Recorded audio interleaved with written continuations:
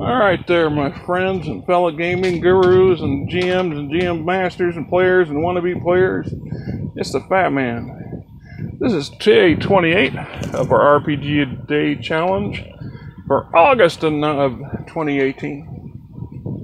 And the question is, whose inspiring gaming experience you're grateful for?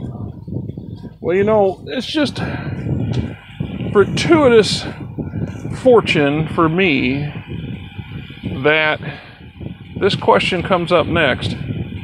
I've watched a couple of videos. What you're looking at is the parking lot of a Sam's / Walmart in Windsor Heights, Iowa. This is actually a small strip mall across right next door to them. We have a 10,000 gallon, that's 6.5 trips for the Fat Man Interceptor here, mostly Nacky water. You know, it's one of those things where I don't quite get, because it's usually just gray water, if anybody's familiar with the term. There's very little substance in it, be it grease or solids. And there's 2 restaurants in this strip mall, and there's a Chinese restaurant right across the street that's all part of this mall complex, but I suspect none of them are hooked into it, which is good money for the company, good hours for me. Actually, since this is pretty much going to be overtime by the end of the week. This will give me a 10-hour day to start off my week, so I should say. The truck's working, everything's functioning. The mall across, or the Walmart in question, and nothing personal against Walmart in particular, but as some of you may or may not know, or most of you may or may not care, the Fat Man and his wife and the Fat Cat are basically hanging on by our thumbnails. We're getting actually a better grip on things than we were a year ago. Last winter, we spent about a month sleeping in this parking lot across the street. And we didn't come here every day. We did come in here about 3 nights a week, sometimes 4 nights a week. And we didn't run the generator. We came in late. We left early. We didn't try to stand out. There were plenty of other RVs and trucks in and out of here all the time. Matter of fact, across the street to the right of the stop sign, which you can't see, I can see an RV parked there right now and a couple trucks. And then this truck here just pulled in to go park alongside some others, which is typical for most of the Walmarts in this neck of the woods. There's 1 or 2 that they're too small to allow overnight stops. But early one morning, we were just getting ready to get up and roll out, and we got a tap on the window, and it was one of the management people here, or so he said. And he basically told us to kick rocks, move on, you know, find someplace permanent. It's real easy for somebody to say that when they haven't experienced the experiences that we've had to deal with in the past 2 years, and the struggle to regain some sort of semblance to a normal life, which affects everything. You know, count yourself fortunate. Take a moment and think of just how fortunate your situation is. Most of you are living in a good situation. You got a good job, you get a good home, you got good loving families. Some of you may or may not have everything, may or may not be everywhere that you'd like to be, but you're better off than some other people. It's easy to point fingers at people. So anyhow, God bless Rob Gusterson, Tim Samways. Tim Samways dragged me out of depression more times than he knows. And him and I have had a lot of talks off and on over the past couple of years. It's Tim that got me involved in the Brigade channel and doing all this, videos, all this stuff. Truly give me some inspiration. And Rob's been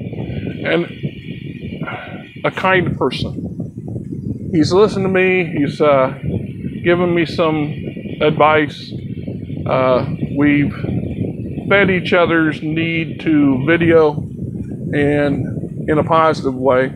I think we've done our fair share to carry this particular channel. Otherwise, it would be a dead channel for the most part.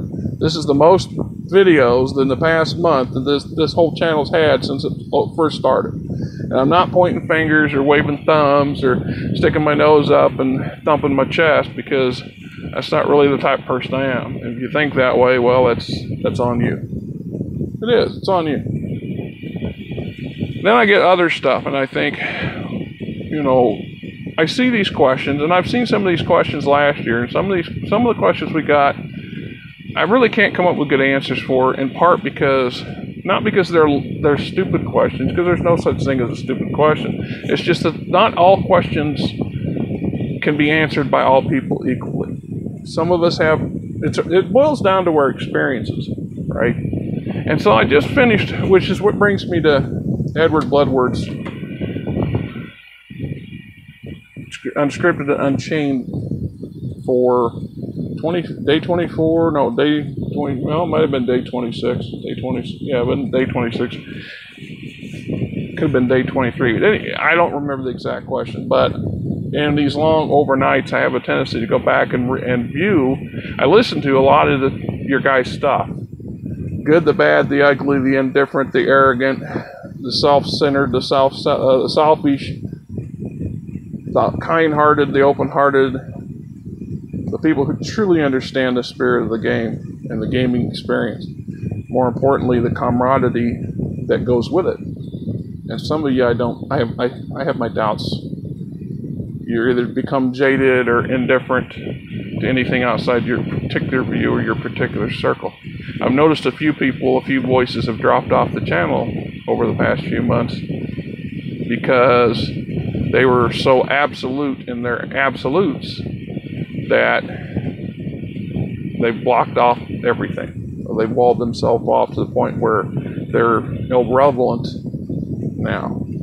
So Edward was talking about his experiences. He was talking about Twilight 2000 specifically, the game system, and when he first started playing it as a player, he was 17. It was the late 80s, and he played it until he turned 18 or 19, and then he went into the military. His father was a World War II veteran. He grew up in a military household with a lot of that sort of mindset, which he had mentioned once or twice that he and I had a lot in common, a lot more in common than I really realized. Now I understand. We're about the same age, give or take a year or two. I remember watching as a kid. I watched every weekend the Rat Patrol, Combat.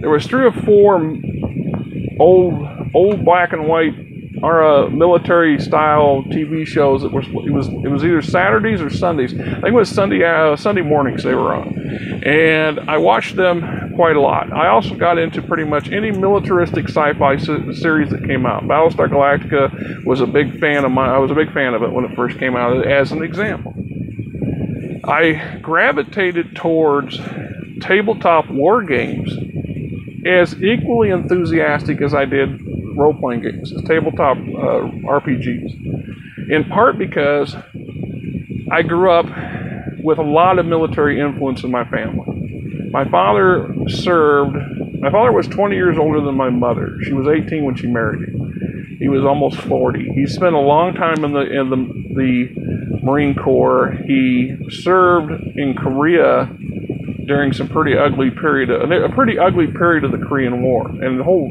Korean conflict was pretty ugly. And he never talked about his experiences. He was a DI drill instructor for a while, and eventually did full service, got out, went to work for Firestone, and then married my mother. He always had that.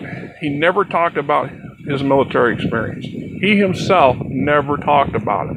The only thing I knew of his military experience was a small box full of old black and white photos that he had, and very few of them with him in it, but enough of them for me to know that where he was. I also remember he was served with full honors when he passed away, and we have his flag someplace in our storage locker. For whatever reason, my sister didn't want it. My mother had it proudly displayed on the wall for years after my dad passed, and I thought it was appropriate that it would be passed on in the family because service to the country is important. from many perspectives, and it doesn't always have to be military service. So Edward and I watched a lot of the same TV shows. And when I first saw Twilight 2000 as a game system, I was immediately drawn to it because unlike any other game system, both RPG and tabletop at the time, this was one that was set in the near future in real time. It really embraced the politics of the age and the day. The fact that I grew up in that generation, Edward and I grew up in that generation, Rob was in that generation, where we always knew that there was a possibility that there wasn't going to be a tomorrow. That the threat of a nuclear holocaust was a very real threat. It was no less of a threat as a hurricane or a tornado or what have you. And for some people, perhaps urban violence, where your best friend might get gunned down in the street if you live in the wrong kind of place. We don't see that sort of mindset today. It's more about terrorism and small acts of aggression as opposed to apocalyptic destruction scenarios. Sure, there's still some problems. We have issues with the Russians, the Chinese, the North Koreans are nuts. The leadership is a nut job anyway. And yet, we're confident enough that at the moment, the North Koreans do not pose a significant enough threat to obliterate and set off a chain reaction. Whereas in circa 1950s and 1960s, America and Russia, or the USSR and NATO, depending on how you want to argue it, and our allies, would have devastated the world. The world would cease to exist as anybody here could know it, and only in every possible worst case scenario. So some of us had that, I don't know, darker mindset in the back of our minds.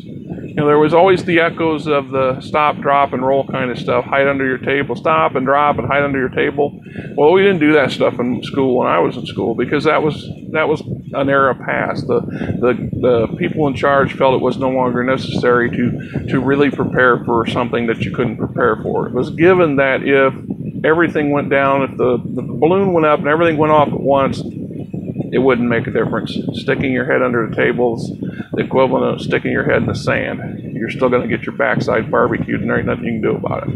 And yet, my school, my elementary school, not the high school, but the elementary school was old enough that it still had the fallout shelter signs on the doors leading to the basement, and there was rumors of small stockpiles of medical supplies and foodstuffs and things like that purposely stored in the basement, although questionable of lineage of that even at that time because it hadn't been updated since the 50s. And there was still that occasional murmur by the elders that if the weather sirens went off and they never shut down, dig a hole. And I never quite understood what that meant until later years. So I really enamored myself in that. Now, when I turned 18, I tried to join the service, and I went in, and it was the Reagan era, and they were a lot more picky about who they took, and I was a little overweight then, and they told me, well, come back when you lost 10 pounds.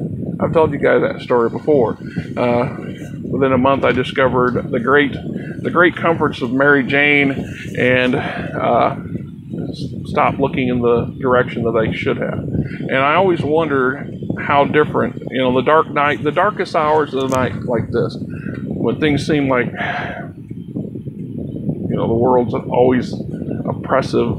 It's like the heat and humidity right now. It's going on 1 o'clock in the morning, and it's just terrible out here. The humidity's so thick, you can barely breathe. The heat's still pushing 80. It's just oppressive, and it leads to oppressive thoughts. So what would we have done different? How would my life have gone different had I pursued that military path? Had I gone into the service like many of my cousins? All my uncles served. Korea, Vietnam. That was another thing growing up as a kid. Vietnam was always on the television when I was young, and I never understood what it was. I knew about it, and my mom tried to discourage me from watching any of it because she was watching for one of her younger brothers and some of my older cousins who had been, either joined to serve or been drafted into the service in the latter years of the Vietnam War. So that was always there. And a good friend of mine's oldest brother was killed in a training incident in Europe during that period of time. So that was also something that came to mind. We gamed to get away from the realities of the world. It was easy to get drawn into this stuff. So when I saw Twilight 2000, I thought this was an awesome looking game system. The color, the artwork, it's almost too realistic in some aspects. And I half wonder if that isn't one of the reasons that some of my good friends my high school friends back in the day, who are my first gaming group, did not want to play the game because it was too close to home. Most of them also were small town Iowa, a lot of patriotic mindset, a lot of people served in the service, and that's something that a lot of states can claim, but some more than others. And I don't know what the percentages were at the time, but I know that the percentages of Iowans serving in the armed forces has always been on the high end. So yeah, it is what it is. And I appreciate that sort of thing, and I appreciate seeing these videos and some of these, so I guess calling it a gaming experience isn't necessarily doesn't necessarily answer what this question was, but they're experiences that led them to game, that brought them into the hobby, that allowed them to become enamored in it and to pursue it. Rob's collection of Warhammer 40,000 is right up there with, Battletech. It's just a different verb and a different vibe and a different setting, but it's also a wartop game to some degree.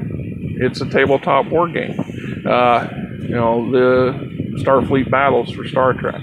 If you've never ever tried to play that game, you're in for an experience. If you can get there used to be a video game on it. I tried to get a copy of it, but it won't run on my computer, which is sad. I'd like to play the computer version of it. But the tabletop paper version, there's still an ongoing group of people out there that play that stuff. I've run into their videos. It's pretty interesting and very detail oriented. So yeah, there's your simulation. Your simulation is the extreme end of things, right? And yeah, I'd like to run a Twilight 2000 game. I'd like to set up and maybe run one through play by email, not play by post per se. Like I said, I tried to play one with Mr. Ferguson, and I'm deeply sorry that I dropped out of it. I don't know. I don't know what my expectations were, and my hours of timing sometimes are lame, and certain things I can do with my laptop and certain things I can do on my phone, but I can't always do both at the same time because I don't bring my laptop with me in the truck that often. Too many chances for it to get damaged, and it's only a $300 laptop, but that's a lot of money to somebody who's counting dollars to get, because we're looking to buy a house. So there you go. I am grateful for people like you, people like Edward and Rob, Mr. Ferguson, Mr. Farrell, all you guys, all you gals for that matter, who put the time and effort to share your experiences with the rest of us. Because in some aspects, this is a time capsule. And unlike the old days, when the old posts and the old verbiage posts, the old school snail mail stuff, where a lot of that stuff got disappeared, the odds are pretty good that anything we put out on Facebook is still going to be here 100 years from now for somebody to stumble across and enjoy, or to debate, or question, or puzzle over. Same thing with YouTube. I can guarantee you that outside of the city of Des Moines, in the suburb of Altoona, Facebook is building yet another massive database for storage of material. Would it be so much easier to say, okay, anything after 2 years or 5 years or 6 months, we're just going to delete? But they're keeping everything. Yeah, it's the great Library of Alexandria times a million. And then some. And we all got our 2 cents worth in. And I think it's important that we continue to give it our 2 cents worth, because everybody's opinions are varied, everybody's experiences are different and valid and important. That's the gist of what I got to say. Batman's been starting to ramble, so I think we will call it and move forward.